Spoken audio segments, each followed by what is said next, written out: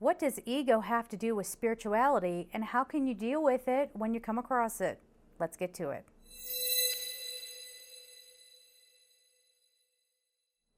Hi guys, it's Michelle Patterson here with Angel Souls. And because you guys have requested this quite a bit, we're going to do a video about ego, and specifically ego in spirituality. Now, as we talk about spirituality, we're going to be speaking in terms of whatever gets you in touch with spirit, okay? Whether that's religion, the New Age movement, whatever it is for you, okay? Esoteric arts, right? That's how we're using the word spirituality. I also want to start this off by saying everything that we say here is not meant to hurt anyone's feelings. It's not even meant to be controversial. It's just food for thought. So it comes down to not what you believe, but what you're doing with it, okay? So for some of you, this might trigger you a little bit. If that should be the case, I encourage you to write it down and really look at what bothers you, all right? Why did it come up that way, okay? Comments are welcome down below, but let's please be respectful of one another. So sometimes people use their ego because they're still in their spiritual high. The spiritual high comes when you're just discovering that other part of yourself, you're finding your connection to God, and sometimes people want to jump ahead of the game a little bit, right? They want to get to the finish line a little bit faster, and they want to feel like they've found whatever solution they felt they needed in their life. So sometimes that ego can come from, well, I finally figured out life and you haven't. So this is kind of in a minor way. We're going to go from like minor to major, right? But in a minor sense, this would be somebody saying, well, you didn't read that book. You don't know about that type of spirituality. You don't know, the Bible. You don't know the Torah. You know what I mean? You haven't read the Quran. Oh my gosh, So anybody who uses their belief system to put themselves above anybody else, or they use what they think they know, right? And the wisdom they think they have to be condescending and to put other people down. Again, I want to, really emphasize that we're calling this minor because this can be just people adjusting, right? So people who are new to spirituality and they're saying, well, I don't let that bother me anymore, right? I don't do that. Well, you need to learn how to meditate. You need to take yoga. You need to go spend 3 years in an ashram scrubbing the floors, and then you'll be at my level. That's kind of really egotistical, right? So just be on the lookout. Is that in your behavior? Are you experiencing that from other people? And what are you going to do about it? Well, first of all, you got to play out every situation for what it is. I get it too, guys. Even now, I actually saw a video where someone was talking about me, and she said, oh, she's more general. She's not one of us. And we're going to talk about that segregation as well. So trying to separate yourself from other people. But really, it was sort of in a condescending way. I don't think this person meant to be condescending, but it came off that way, definitely. Like, because I stay very grounded in my spirituality, I'm not deep enough into my wisdom. Here's a little hint, a hot hint for you. You've heard a lot about how we have these super ascended beings walking the earth right now. Most of them aren't talking about it, okay? That's another way that you kind of want to step back from somebody without judging them. They are where they are, and that's fine. But the ones that are coming out and having to tell you how special they are, or they're telling you that they're an incarnated alien from some other planet and they know more than anybody else. Last I heard, a lot of those people are still undercover. Or I would imagine they are. They're not going to need to brag. True wisdom is usually quiet, serene, strong, peaceful, okay? It doesn't mean that person can't, somebody who's truly wise isn't going to lose their temper. Of course they are, because they're setting a boundary and they're still being human, right? But a truly wise person isn't going to go around telling you just how amazing they are, okay? So let that be a little bit of a red flag for you, and just observe it. Again, we don't want to judge people or put them down. They are where they are. This comes down to a choice of, do I want to put up with that, or do I want to kind of go over here and not mess with that anymore, okay? The other way that this plays out with the ego and we see this quite a bit. People will be like, well, I know what my mission is. I know. Wow, you're in trouble the second you definitively say, I know who I am. Well, you know who you are right now. You're going to change. You're going to learn. Oh, and this is kind of a troublesome thing too with soul contracts. Remember, you have chapters on your soul's contract. So when people say, I know what my life's path and purpose is, and they're being like uppity about it, they're heading for a brick wall, most likely, because that they might just understand the chapter they're in now. The second it starts changing, they're going to have a crisis, right? So again, check yourselves a little bit. I try to check myself all the time. We all have egos. We all spew out silly things from time to time. I know how it goes, but just try to check yourself and be aware of it in the people around you. And I just want to add one more thing to that before we move on to the second point. You know, a lot of people will use the ego thing as a defense mechanism because they're trying so hard to stay sort of untethered. They're trying so hard to stay in the magical thinking that they don't want anybody else coming in and destroying that, and they don't want anybody else bursting their bubble, right? If they want to believe that they're special, if that's how they live their life, they don't want anybody coming in and being like, yeah, but you're just like me. You know, so it can be a defense mechanism, essentially, where they're trying to push people away. So it's not necessarily about you coming in and them telling you, it doesn't always have to be, let's put it that way. It doesn't always have to be about you coming in with your belief system and somebody putting that down. It's more about them and their own fears about having their potential illusion, it may or may not be, you know, having their belief system challenged or shattered. Okay. Now, I also want to put in here too, spiritual ego is a term that is used by certain spiritual teachers to describe people who, you know, they're like, wham, wham, wham. Come on, God, I already did this, this, and this, right? Where's my reward? You know, that's spiritual ego taking on God and being like, come on, pay up, God. You know, like I did a day's work. Where's my, you know, my car and my fancy this or that? And that's part of the ego flaring up as well, treating life like it's a formula. This doesn't apply when we're talking about soul level, soul contract kind of stuff, right? That's different, to put it mildly, right? And it doesn't, I mean, it does make sense though that we are kind of like that because as humans, we are trained to treat life like a formula, right? You're supposed to go to a certain school. You get a certain job that has to do with the degree that you got, and then you're going to get married, and you're going to have some babies, and then you're going to get a house and a car and a dog and blah, blah, blah, blah, you know. And if you do that, then you're going to be happy.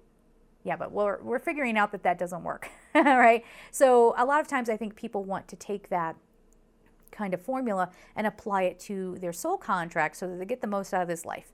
Nice intention, but you know, it only leads to frustration. When you can get down with the process and when something goes wrong, you'd be like, okay, it's not a failure, it's just a part of the process, your life is going to be much more joyful. So I've touched on a lot of this stuff in previous videos. We're just taking a different approach here. So the next point I want to get into, and it gets a little more serious, this is where we have psychic vampires or energetic vampires and narcissists. You guys know I talk about narcissists all the time, but it's especially a problem with, I want to use the term egoic conquering. Do you know what I mean? Where a lot of people do come to their spirituality because of some vulnerability that they've experienced in their life. There's something that's gone awry and maybe they're in pain, and so they're coming in. So they're vulnerable, and that makes perfect food for narcissists, energetic vampires, psychic vampires. Now, I experienced this right when I got on YouTube. As soon as I got out there, I think we don't have to go into it here, but there was just a lot of energies coming at me. And, you know, part of their game for a psychic vampire is to convince you that you need them. Oh, I'm here to help you. I'm here to help you. So they sort of butter you up, so to speak, and then they start taking advantage of you. So this could, this could be financially speaking. This could be just in you needing them. Okay, now I can give you an example of a separated kind of example of a psychic vampire. I worked with somebody who she was always like, oh my gosh, you're so great. I can't wait to work with you. And then she would say things like, if you just follow my lead, you can be like me one day. And I remember thinking, honey, I don't want to be anything like you any day. So, I mean, not to be mean, I'm just being honest. Like, that's not my life goal. I don't want to be like you.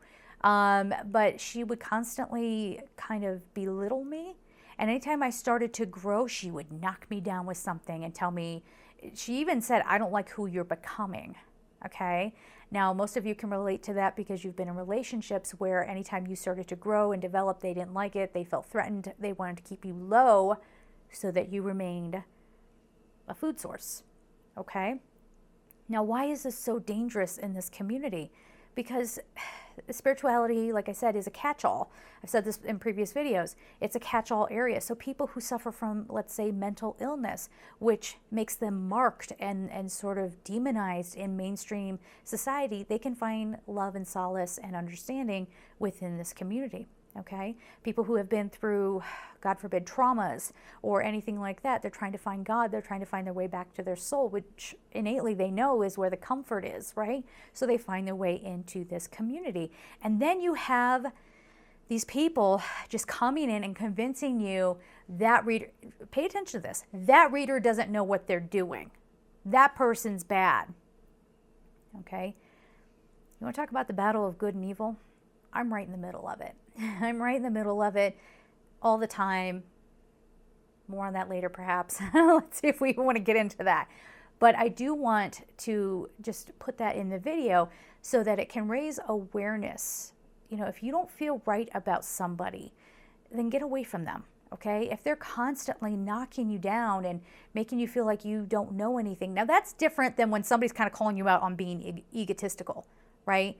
Or if you think your journey's harder than anybody else's and they're like, hey, excuse me, what do you think, I'm just like bobbing along in life over here? You know, when somebody calls you out on that, I don't think that's them being a narcissist or anything like that. I'm talking about, we see this also in big groups of people. One of the big reasons why I don't participate in group meditations is because there's always, I hate to say this and put it this way, there seems to always be a villain in every single one of those groups. Now, if you found a group that you love, okay, but are you guys being codependent with one another? Okay, you know, I think anything's possible. And if you truly are with a great group, then hang on to them, okay? Because again, it can go the other way where it's a bunch of needy people getting together and just enabling, I guess is really what it is. But when you have these group meditations, there's always sort of a villain in there, that one person that is just like, they just take over and nobody wants to cause any trouble. So they're like, oh, that's just how they are. That's just so-and-so. Oh, we're here to be love and light. So we never get mad about anything. We never stand, ooh, unhealthy, toxic, dysfunctional. And no, that is not spiritual. Okay. Spiritual is having the wisdom to know that you're in a human body. You are here to be human. You have things to learn. You have emotions to feel, and you embrace it. So I want to get into this next point. I've already touched on a few of these ideas here, but let's expand upon it. So if you ever hear anything where someone's trying to segregate themselves from other people, I'm special because I'm an incarnated X, Y, and Z. Okay, I believe you. Okay. If you say you're a mermaid, honey, then you're a mermaid. That's it. Out the door, right? That's not what I'm talking about. But when you're like, I'm a mermaid, and because I have a fin, I am better than you. Girl, okay. I would only believe that if I was drowning in the ocean and you want to flip-floppy over to me and help me breathe under the water. Okay, then you're my best friend. All right? Otherwise, I think we're on a level playing field. And what I'm seeing right now are two legs. You walk on two legs like everybody else, okay? So again, it's not what you believe, it's what you're doing with it. Okay, if you are getting uppity about it and like, I'm this, if that is your identity too, you know, hi, my name is Michelle, I'm an incarnated frog. Is that necessary at the beginning? Get to know somebody first. A lot of people are using this because they want to feel special. And when we play into that, we're part of the problem. Okay? And that's why I want to include this, because it's cool, like I said, to believe whatever you believe, to be whoever you want to be. But when you're putting other people down because, oh, you couldn't understand me because you're not one of us, right? There's a specific group of people out there. I have avoided talking about them because they get evil. They get really evil. So right there, you know that what they're putting out there is no. It's not spiritual. It's not love and light. You know, what we want to believe is love and light. It's not that. It's all an ego pursuit, okay? You don't know how hard our journey is. Yeah, I do. No, you couldn't possibly know the pain we go through. that gets me feisty. That gets me feisty, especially as somebody who's experienced one trauma after another in her life, and I've had to come out of it. And I am a strong person sitting right here with you doing this kind of work. I'm not really going to take it from a group of people who think that they're so special, they're on a pedestal, they're on a special mission in life. Watch these people, okay? And there's big business in magical thinking. That's why people try to, again, they kind of tear you down like, oh, I'm going to tear you down so that I can be the one to comfort you. Pay me money for this, pay me money for that. Now, that's not to say that people shouldn't get paid for their time, their energy, their service to you. But what's the approach? Again, what's the approach? What's the real take home here? What are we getting at here? Are you really saying that because, I have allowed myself to be convinced I'm on this certain life path that I can only hang out with those people, and therefore you're the only teacher who's appropriate for me because you're one of us? Like, do you see what I'm saying? Again, anything that encourages segregation or making people feel special, it's about their issues. That's not spiritual. Okay? That's not a spiritual practice. We're working towards unity, not separation. Okay? I actually heard someone say to me, because I contemplated talking about a certain topic, and someone wrote to me and said, please be careful about how you talk about us. We're so sensitive.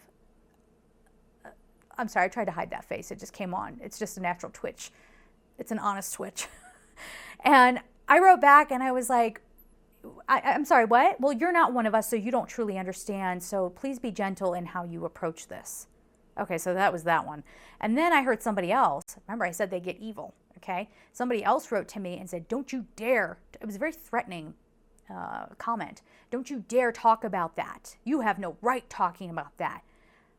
Let the buzzers and alarms go off in full fury, okay? Because that is the opposite of spiritual. And again, I know that I'm not trying to be controversial. I'm just trying to help people, okay? I've said it about 20,000 times in this video. I'm going to say it one more time. You can believe whatever you want, and I'll support you in that.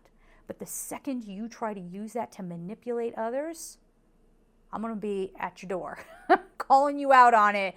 And I've been through worse than you. So, you can spitfire or do whatever you want to do, but I think it needs to be talked about and it needs to be said. All right. So try to avoid giving into that. Another really big ego thing is discrediting others. Discrediting others. And this is something I experience a lot here on YouTube. There's a lot of getting the cold shoulder. There is more corruption and more competition in the YouTube community than you could ever imagine. And this is why people don't talk to me, because I am honest. And they make big money, like I said, off of magical thinking and making you think that you need them. And I try my best to not run Angel Souls in that manner. It's about you empowering yourself and feeling good about you so that you can go off and live the life that you want to live. But other people, they're not always like that, and that's okay. Listen, hey, I'm not sitting here trying to be a hypocrite and being like, yeah, but you stink, but okay, you do what you feel is right. You do it the way you think is right. Fine. But there is so much dirty business going on behind the scenes, whether it's someone giving another YouTuber the cold shoulder because they're a little jealous of them, or full on trying to destroy their business and destroy them as a person. There's a lot of that going on. So if you're watching this thinking that the spiritual community is pure, no. No, not at all. Or if somebody practices the esoteric arts, that they are in their integrity and they are ethical, nah. Nah, it doesn't happen like that. So again, I'm not calling anybody out. Let everybody do their thing. But if you're attracted to this video, there's a reason why you had to hear that. So just be very careful. Another form of egotistical behavior within the spiritual community would be around magical thinking. Now, I am not against magic, not whatsoever. All I want in life is a unicorn to come marching into my life, okay? That's all I want. I would die of happiness. But people have made a lot of money convincing people that a certain kind of magic is possible in the physical world. Now, if you're somebody who practices magic, there are certain things, there's a certain can I say, interpretation that has to happen to bring that sort of spiritual magic into the physical. Now, other belief systems do kind of a filter thing as well. We do that through ceremony, right? So we bring this, and it shouldn't even, I don't know, is magic the right word for it? I don't know. It's like trying to pull divine love in to manifest, to make things happen, okay? But the magical thinking part comes from convincing you that you are something other than what you are, that you, yeah, I mean, you have a soul that is beyond the physical realm. Yeah, hello, right. But let me put it this way. I've been seeing a lot of supposed gurus and teachers taking these very high-minded kind of spiritual concepts and twisting them around so that they're almost like child's play. These are not concepts to be messed with, nor are they for public consumption in every sense. Sometimes people, and it's not like someone's better if they know it. Like, it's not that. It's just, you know, somebody might not be ready. Let me give you an example. So let's say somebody is suffering from some sort of mental illness and they've experienced trauma, and then somebody comes in and goes, did you know that there's a whole magical world that you can be a part of? Come, I'll show you how to be a part of this magical world, and you don't ever have to face that physical reality ever again. No. That's where I would jump in. Like, I wouldn't allow someone to take someone like that in and convince them that if they, I don't know, if they allow themselves to go into magical thinking, that they can be happy. I can tell you right now, that is not what you're here for. Nothing wrong with magic, but when you get disempowered by magical thinking, that makes you vulnerable. How can you help still being in a physical body? As long as you're in a physical body, you have to deal with this physical world. And yes, you can get in touch with your soul. You can get in touch with your spirit. A very popular concept in especially the New Age movement is that we are moving into fifth dimensional energy. And that's wonderful, of course, yeah, yay, right? But a lot of people are sort of misusing that or using that to be like, well, I live in 5D. No, you don't. Are you still, I can poke you and you're solid. You're just like me, all right? And what's more is they assume that if you're grounded, you're not spiritual. News at 11 on that one, okay? These concepts kind of get twisted around. And people even, you know, your angelic self, people will refer to an angelic self. In my mind, that is your higher self, which resonates on the same dimension as your guardian angels, and that's how you're able to get your angelic team, your spiritual team. You're able to sort of filter all that in. But when people hear angelic human, I think they think that it's an actual angel walking around in human skin. Let's just sit with that for a second. Angels are made of different stuff. That's about as, you know, easy a way as I can put it. They are made of different stuff. I don't think they are meant to fit into a human body. So just to conclude here, just be careful of what you're taking in, but also be careful and take accountability for how often you don't stand up to somebody and how often you just, you know, play into it. Or how often do you judge somebody because they are being grounded, because they are being a truth speaker, they are being authentic. We need to start shifting where our focus is and where we're putting our energy. And I think once we do that, there are going to be some incredible things that open up for this entire world and for every human living within it. So keep your eyes open. We'll leave it there, guys. Thank you for watching. Again, this is Michelle Patterson with Angel Souls, and I'm sending you so much love. Take care.